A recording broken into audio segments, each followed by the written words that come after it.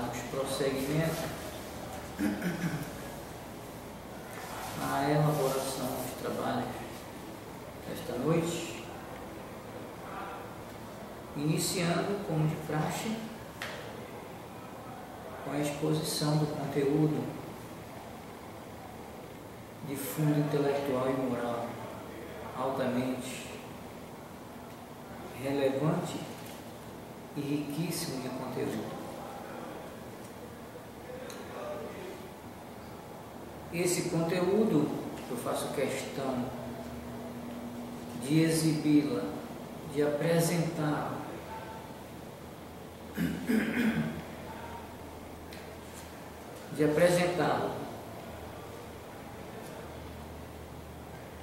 de tal forma que é para mim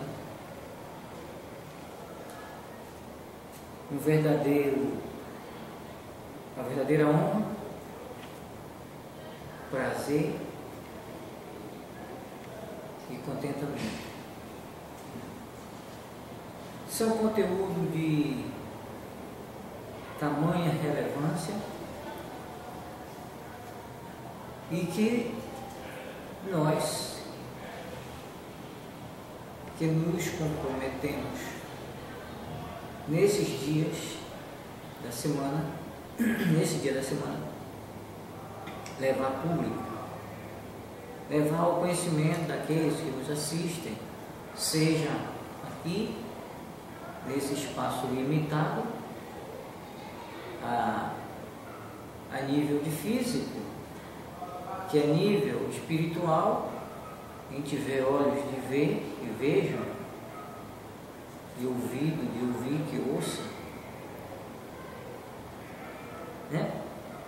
É ilimitado. Diga-se de passagem, não sabemos dizer como um espaço tão restrito como este se aloja tanta gente. Falo nesse tempo que para mim o espírito é gente. Se para alguém não é paciência. Essa aqui é a verdade. A diferença única e exclusiva é que eles fazem parte de uma outra dimensão tal que extrapola os sentidos físicos. E é por esse motivo que quem só tem olhos de enxergar não vê, quem tem ouvido só de escutar não escuta, e quem tem só tato também não consegue apalpá-lo, salvo os casos dos médios sem sentido, que sentem, veem, ouvem, percebem, né?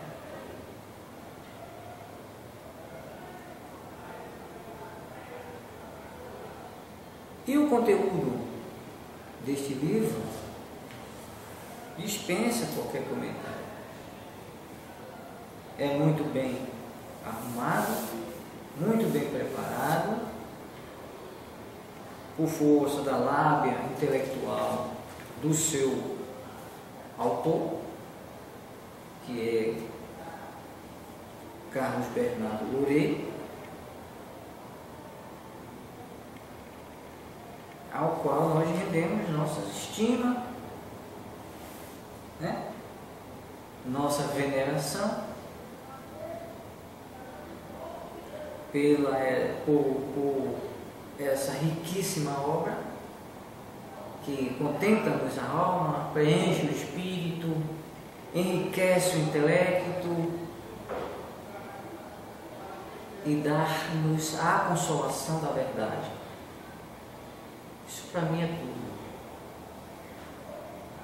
Até porque, é óbvio, assim verberou esses grandes pensadores que compilaram essa doutrina. Que esta é uma doutrina consoladora. E é a mais pura expressão da verdade. Porque ela é uma ciência esclarecedora, aprimorante em todos os aspectos da vida do ser encarnado e desencarnado. Ela traz-nos a prosperidade, tanto no campo físico, extrafísico, moral, intelectual e material.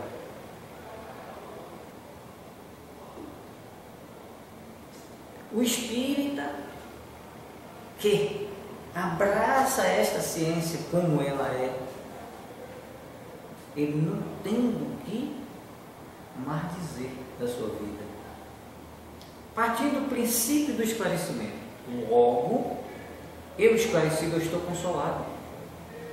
Eu nunca vi ignorante ter consolo. Não pode haver consolo diante da ignorância.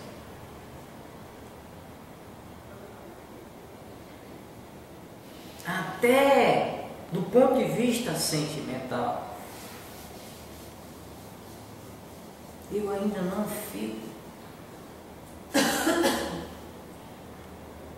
muito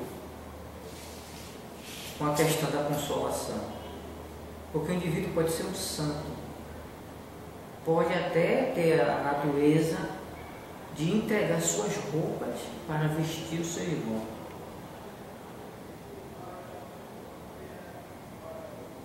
Ótimo, muito bom.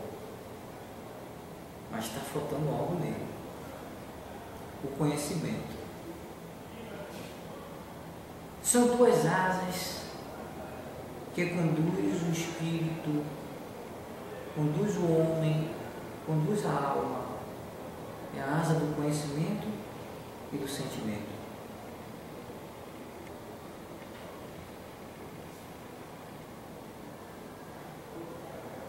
Portanto, a doutrina dos 13 da escola nos dá a possibilidade de deixar a brutalidade e também a possibilidade de nos intelectualizarmos.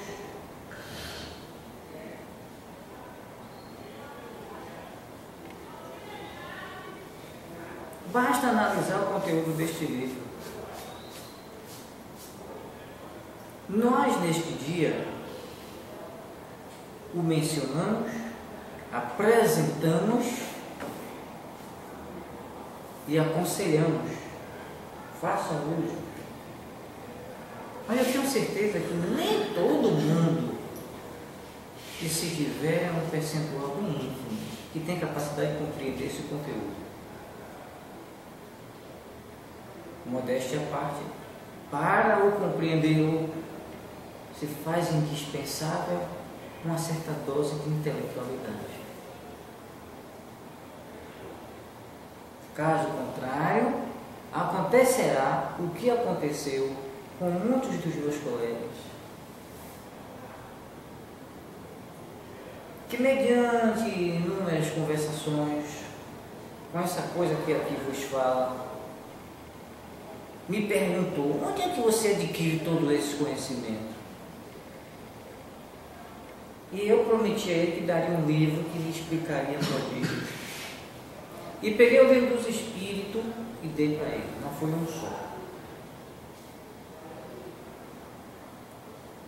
E hoje ele me demonstra, porque eu já perguntei, que não tem condição de ler o livro, que é muito difícil.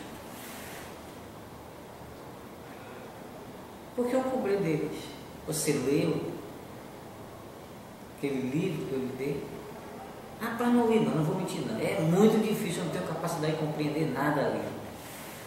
E é verdade. É como os historiadores, os estudiosos sempre relatam. Não é para ler o estado do tempo. Necessita-se de uma dosezinha de maturidade. Uma dosezinha de maturidade Não é essa maturidade física, não. É a maturidade espiritual. Porque o espírito saído da infantilidade não tem condições de compreender isso.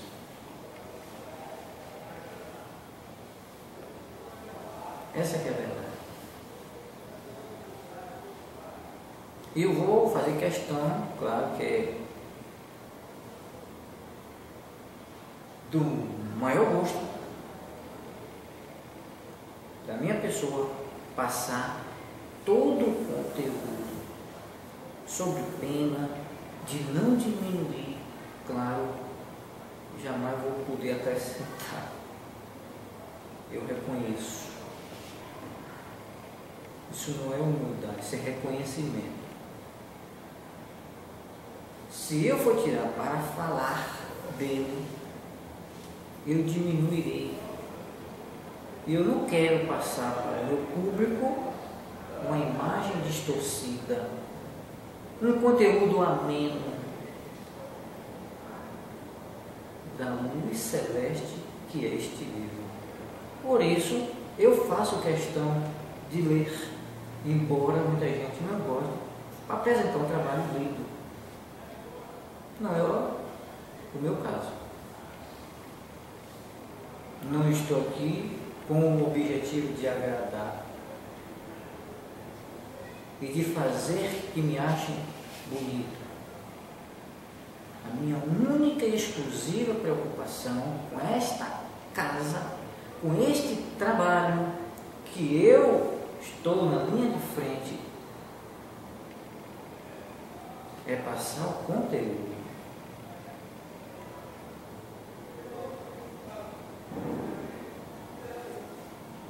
Portanto,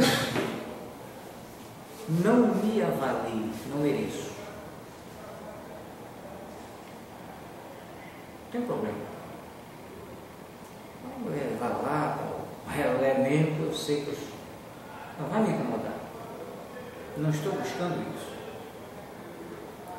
Mas eu faço questão de avaliar a obra, que não é minha. É de um autor que merece o nosso respeito, a nossa consideração, a nossa seriedade.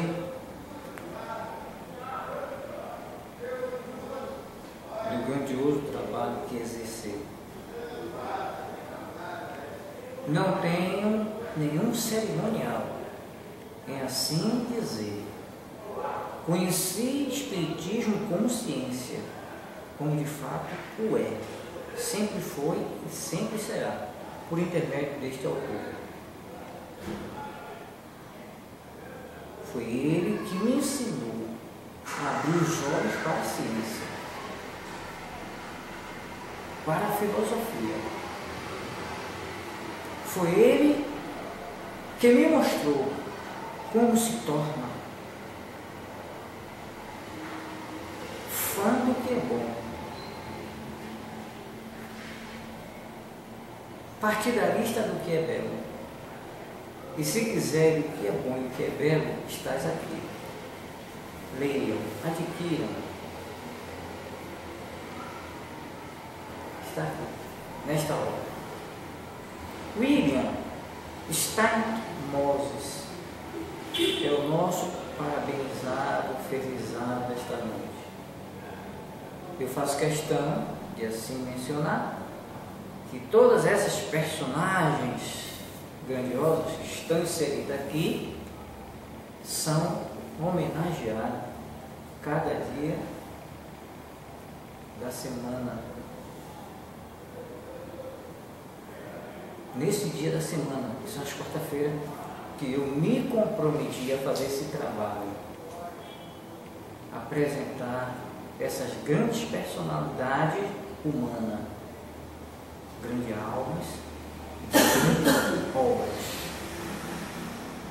E esse é um dos inúmeros que aqui estão, começando pelo seu autor, o autor do livro, claro, né? A gente só dá o que tem. o belo não pode dar o que é ruim, né? Só pode apresentar o que é belo. Jesus muito bem exemplificou isso, né? Referindo-se às provas e às expiações que cada um de nós temos a passar e que o outro irmão se coloca na condição de promotor dessas provas e expiações. E assim disse ele: imperfeito como somos, não podemos gerar senão a imperfeição, não podemos gerar senão o escândalo, mas ai de quem provenha do escândalo. Isso é de uma grande sabedoria, isso é de uma grande ciência, a interpretação desse pensamento de Jesus.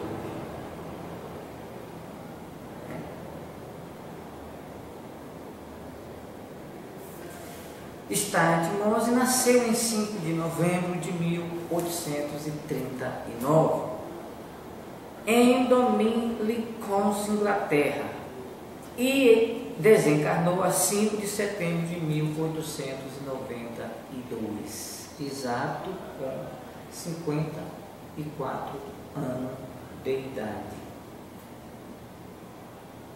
O padre Steinmetz era reitor da escola de gramática e sua mãe era filha de Thomas Steinmetz Dalford. Em 1855, Steinmetz ingressou na escola de gramática de Bedford, onde estudou durante 3 anos, merecendo dos mestres os mais calorosos elogios, principalmente pela maneira moralmente correta com que se portava.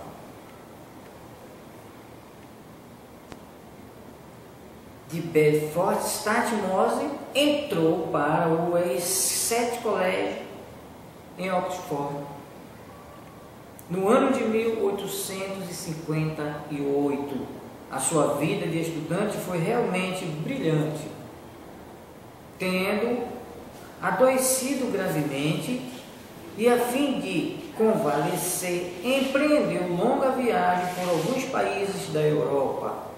Ao regressar, recolheu-se por 6 meses no mosteiro do Monte Athos.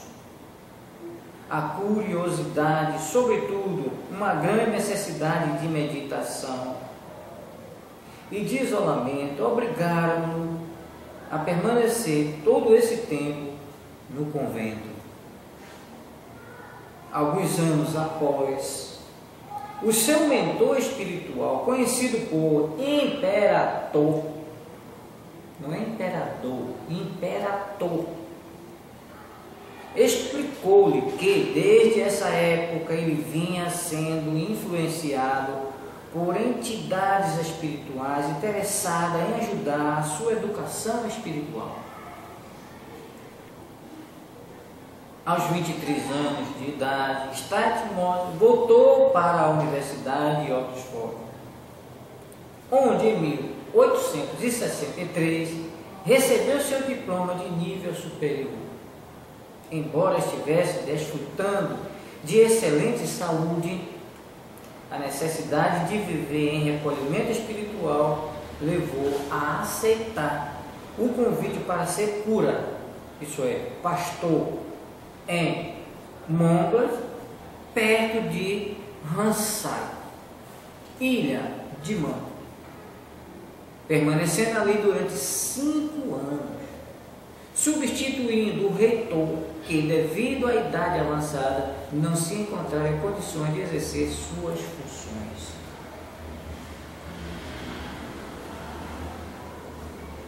Um surto de varíola nessa região pôs em destaque o caráter humanitário de Steinmetz, lançando mãos de seus rudimentares conhecimentos médicos, dedicou-se com inusitado vigor ao tratamento físico, ao conforto espiritual das vítimas e famílias da então insidiosa moléstia. A sua extrema dedicação fez com que se tornasse ainda mais querido e respeitado por parte dos seus paroquianos. Entretanto, a sua saúde, sempre merecedora de especiais cuidados, não pôde suportar tanto e sacrificiais encargos, obrigando-o a transferir-se para outra localidade, sob evidentemente grandes protestos dos habitantes.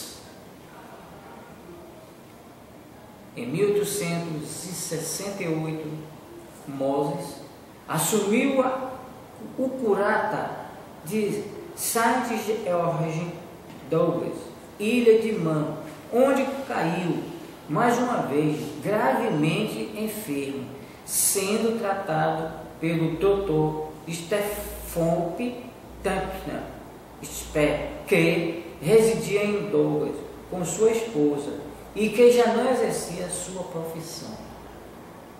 Em setembro de 1869, abandonou o curato, deixando ali profunda impressão pela prédica e espírito de solidariedade cristã.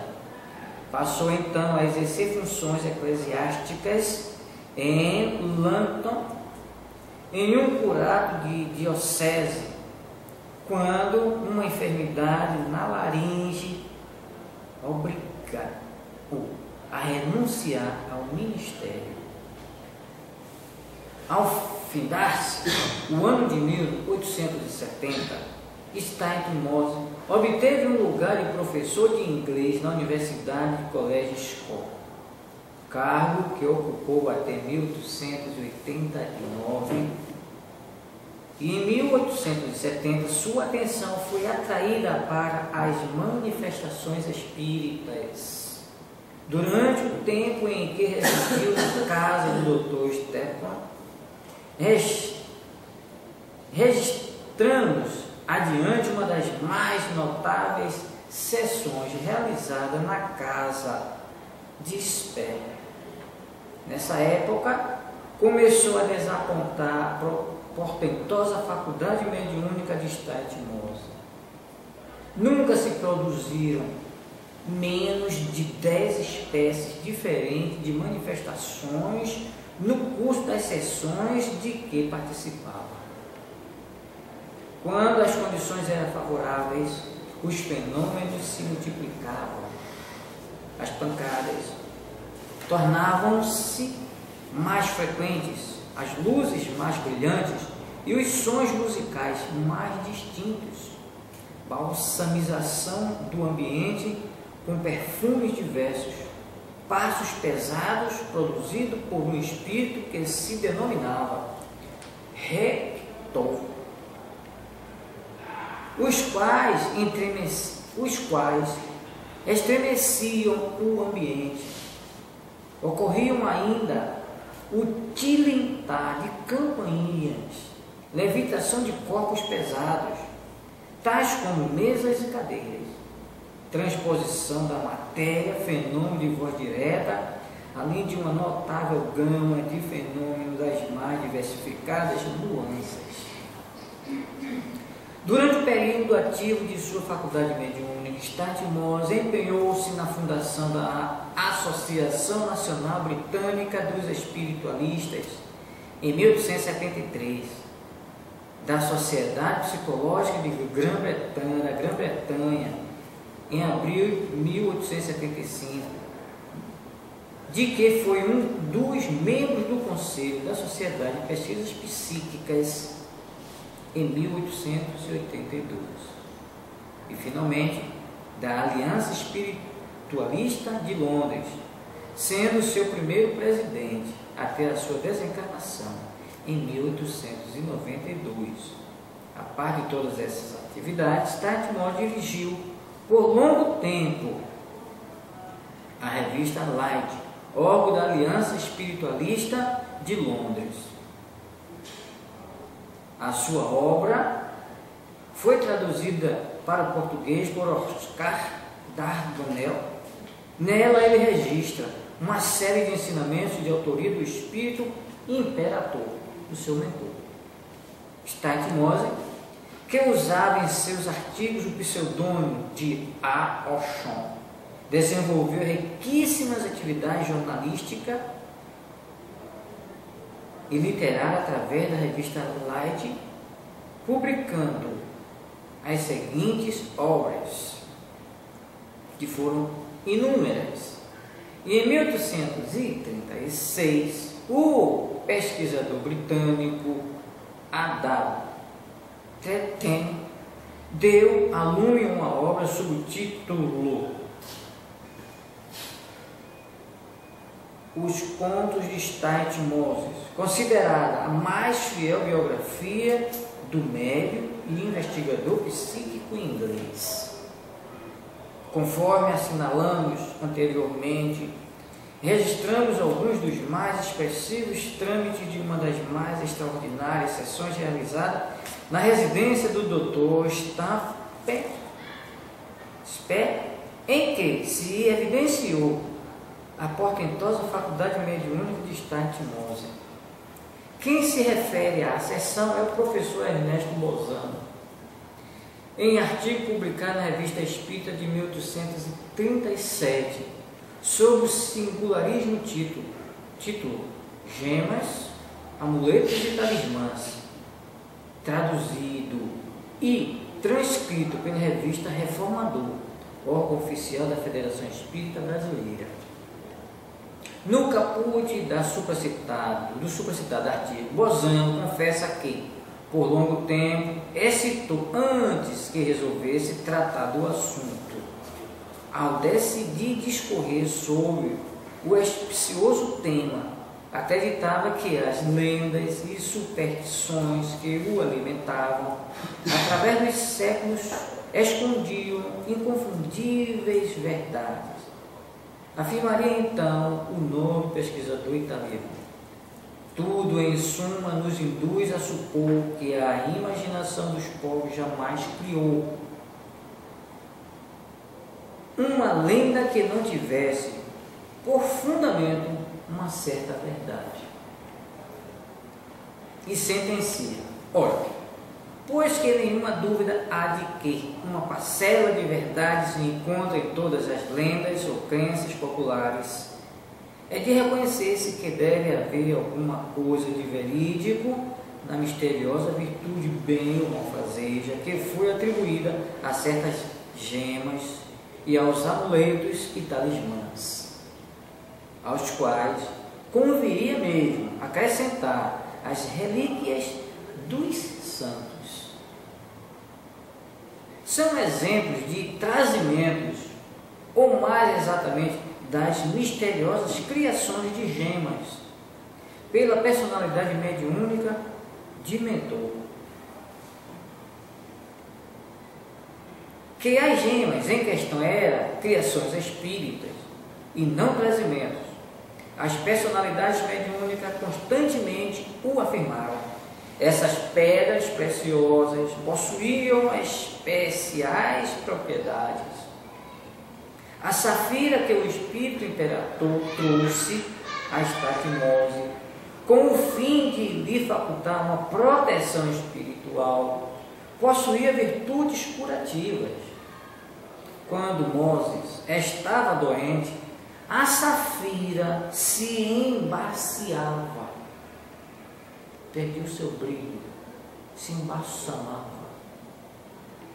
perdia toda a transparência e assim permanecia até a cura completa. Em seguida, Bozano passa a palavra à senhora Stephompe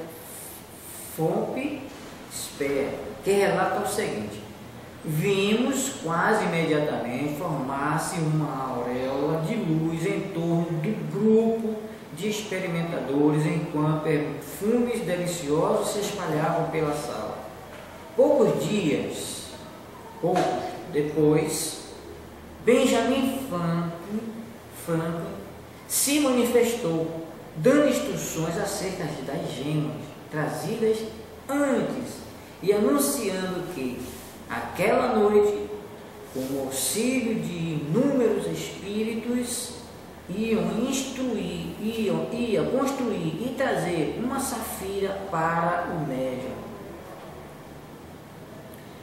Preveniu-nos de que se tratava de uma joia muito preciosa. Como igual não existia no mundo. Os espíritos guias a tinham saturado de diferentes espécies de influências favoráveis que iam fazer muito bem ao médium, sempre com saúde precária, assim do ponto de vista espiritual como do ponto de vista físico. No fim da sessão, deparamos com belíssimas gemas prometidas a Estatimoses. Era de viva cor azul, mas ao mesmo tempo de puríssima água, transparente, luminosa. Os espíritos guias preveniram a Estatimose que a devia guardar como um tesouro, com o maior cuidado, e tê-la sempre consigo. Notamos que quase sempre, quando Estatimose não estava de boa saúde, a safira se embaciava e mudava de cor. Em seguida, Estatimose relata que fora na Regent Street, famosa rua de Londres, à casa dos joalheiros Leroy e Son, para mandar montar num anel a safira. Quando os joalheiros lhe entregaram o anel, reuniu-se com os espíritos, tendo à frente Imperator, seu guia, a fim de expurgar a joia das influências contrárias que absorvera passando por tantas mãos, claro, dos operadores, joalheiros. Haviam-nos dito que mandássemos montar as gemas que tínhamos recebido em outros tantos anéis, que traríamos constantemente no dedo. Essa noite, pediram-nos que as puséssemos todas sobre a mesa, para que as pudessem saturar de influências espirituais. O Senhor Moses colocou o seu anel no meio da mesa, em um lenço de seda. Logo depois vimos formar-se em torno do grupo o habitual halo luminoso, enquanto que uma rápida série de pancadas era dada ao redor da joia. Manifestou-se, além de Imperator, o espírito Benjamin Franklin, anunciando que o anel tinha sido purificado das influências contrárias que absorvera no curso do trabalho de montagem. Depois disso, um orvalho abundantíssimo de deliciosos perfumes começou a cair sobre os anéis e sobre nós mesmos. O lenço que continha o anel de Estatimose ficou literalmente ensopado desse orvalho e lhe conservou o perfume por muitos dias. Imperator se manifestou por fim, confirmando que dissera Franklin com respeito à purificação dos anéis e aos grandes benefícios que haviam de tirar deles, sob diferentes aspectos, pois que os espíritos guias reconheciam sempre, em todos os lugares, suas auras, e não deixariam de afastar de nós o que nos pudesse prejudicar, cercando-nos de influências profícuas.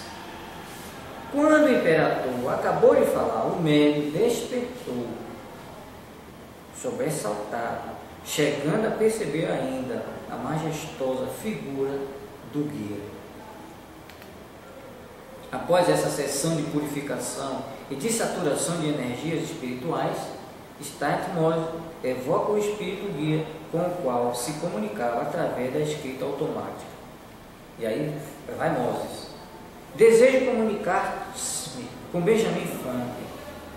E o espírito guia lhe responde, a propósito de que Moses e argui novamente. Ele me trouxe uma pedra preciosa e eu queria obter explicações sobre isso.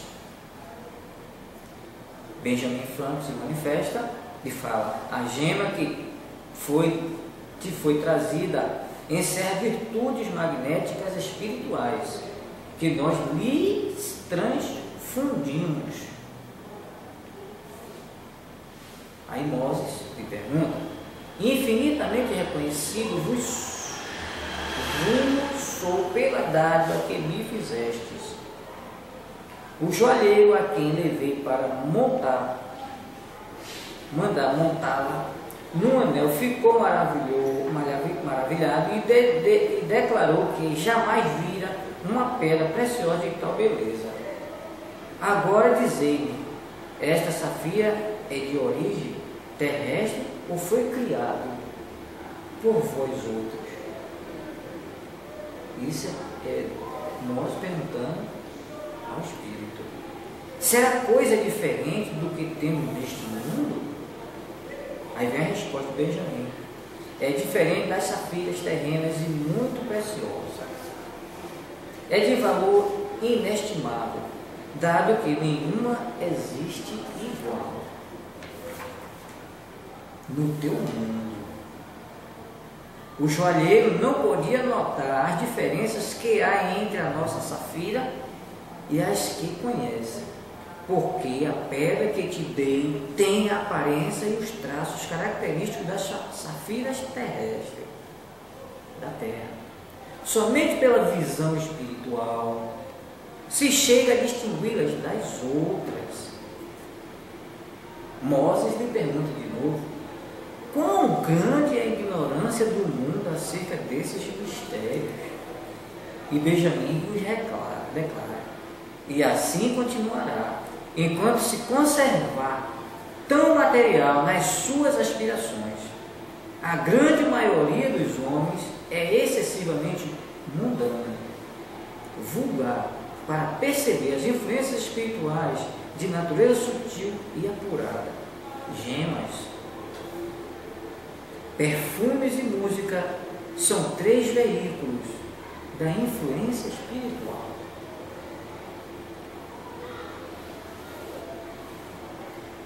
O professor Ernesto Bozano retoma a palavra e oferece os seguintes esclarecimentos. Os trazimentos de gemas que Statmos obteve constituíam criações mediúnicas e não trazimentos propriamente ditos. Também farei notar que, se estivessem em causa joias terrenas subtraídas a seus proprietários por aquelas personalidades, os jornais da época não teriam deixado de falar de uma série de furtos misteriosos de pedraria de grande valor realizada em joalheria ou em casas particulares. Não será inútil responder previamente, desde já, às insinuações de alguns jocosos que entendessem de levantar a hipótese de que o reverendo Statmos comprava joias que surgiam no curso das sessões. Responda, fazendo notar que o Sr. Moses estava longe de ser rico. Viveu sempre às expensas dos modestos ganhos que tirava do seu trabalho.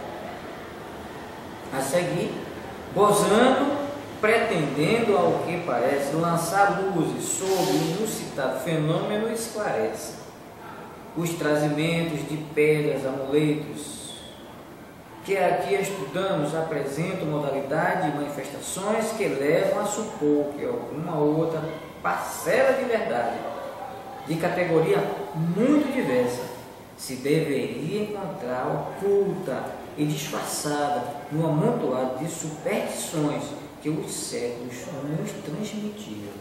E prossegue: o fenômeno de natureza a não surpreender os que têm conhecimento da fenomenologia metapsíquica, dado que o fato de uma saturação fluídica dos objetos, alheios aos próprios objetos, está cientificamente provada pelas experiências de psicometria, nas quais a observação da aura de um indivíduo por objeto qualquer que ele trouxe longamente consigo, constitui o fundamento das experiências em questão. E estes, repito, pertencem, doravante, aos fenômenos metapsíquicos comprovados. É realmente sabido que as experiências de psicometria demonstram que a matéria em geral é suscetível de registrar as vibrações emanantes dos acontecimentos que parte dela se desenrolam, tornando aptos os sensitivos psicometras a revelar os seus trâmites, muitas vezes com surpreendentes detalhes.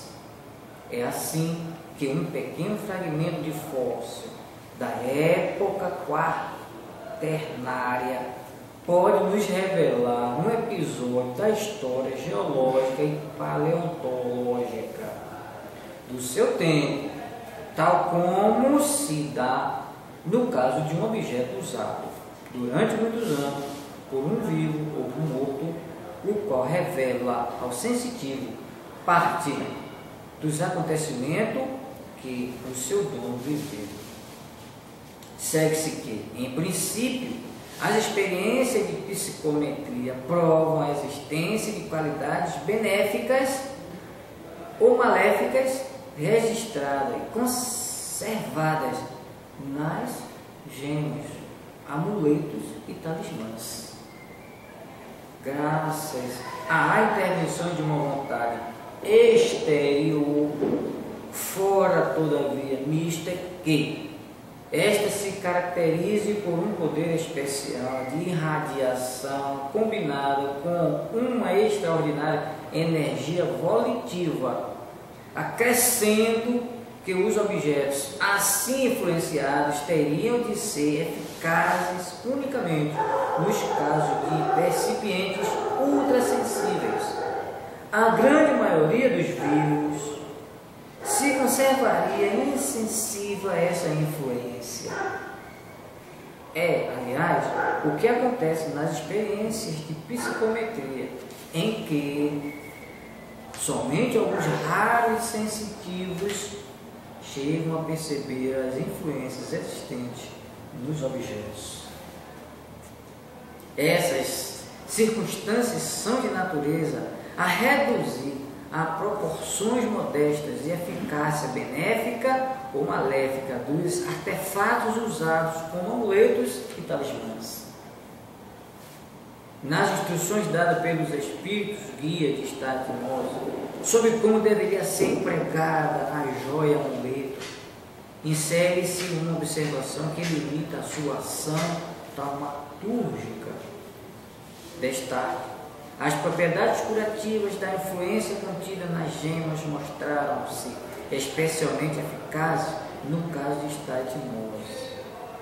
Por seu mesmo, um sensitivo, do contrário, não seriam experimentados quaisquer efeitos curativos. Entretanto, deve-se ressaltar, à guisa de exceção, casos que têm como causa um fato autossugestivo determinado pela fé cega nas virtudes taumatúrgicas do objeto ou na eficácia das práticas religiosas. Bolzano conclui esses arrazoados observando que não se poderia racionalmente pôr em dúvida a energia espírita dos trazimentos de pedras amuletos obtidos nas experiências de estado de hipnose.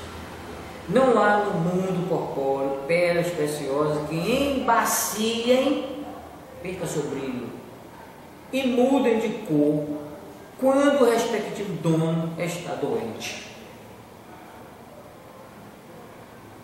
Despontam, no particular, as seguintes perguntas.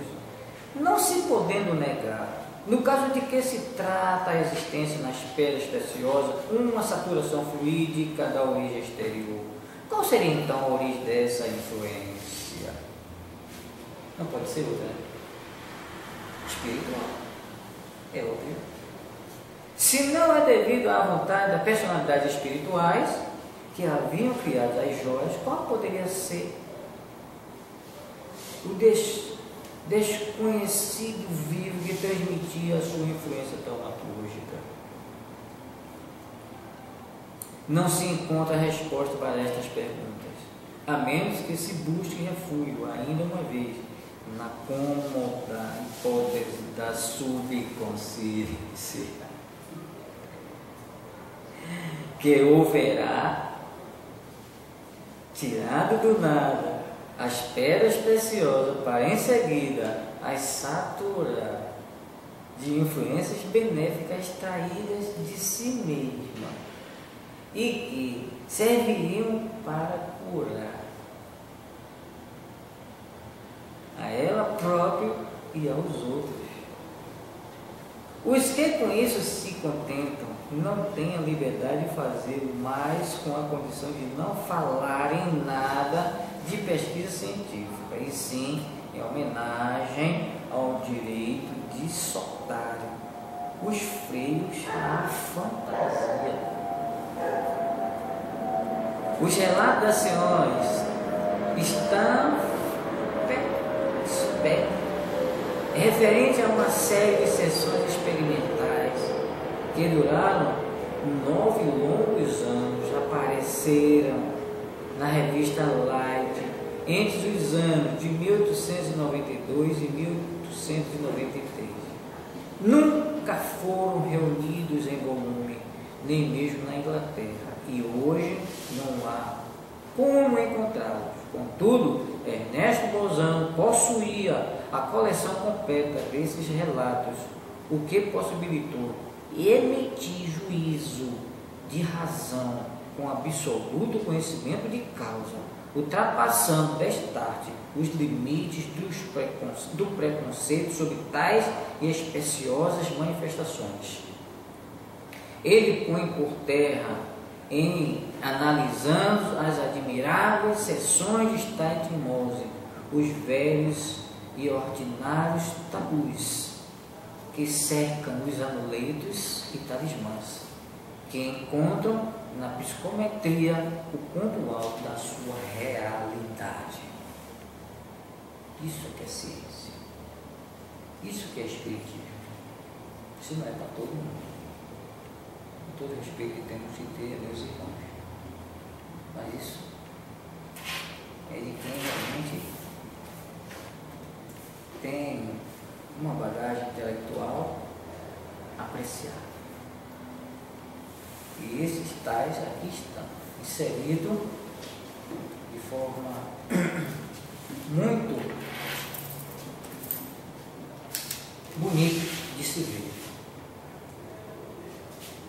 Olha que tem quem contar. Por ser muito feio, bonito fica. Olha eu. Vamos para outra.